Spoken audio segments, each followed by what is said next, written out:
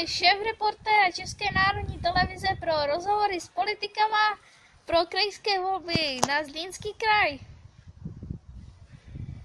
Ano, dobrý den, vítám vás. Mé jméno je Kuba a určitě mě znáte z České národní televize. A mám tady takové informace o rozhovory s politikama. Jak víte, blíží se volby, které jsou 7. a 8. října roku 2016 a to je za necelý týden, takže doufám, že budete volit, nebo buď vy, nebo vaši rodiče, a určitě víte, nebo znáte spoustu kandidátů. Tito kandidáti budou taky vlastně my budeme provozovat rozhovory, kde vlastně uvidíte různé politiky. Můžete se těšit třeba načnu to jako třeba někoho Bohuslava Sobotku, Ivo Valentu a můžeme i zkusit zavolat i Andreje Babiše.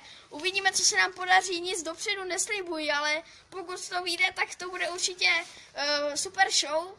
A politici vlastně bude se ptát na nějaké dotazy a ohledně skutků, které chcou vlastně udělat pro Zlínský kraj nebo už přímo Zlín.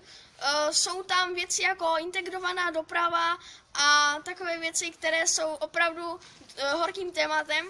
Takže určitě sledujte, bude to vycházet tady na YouTube, sledujte i Facebook pro případě, protože tam najdete živé zprávy a takové live streamy.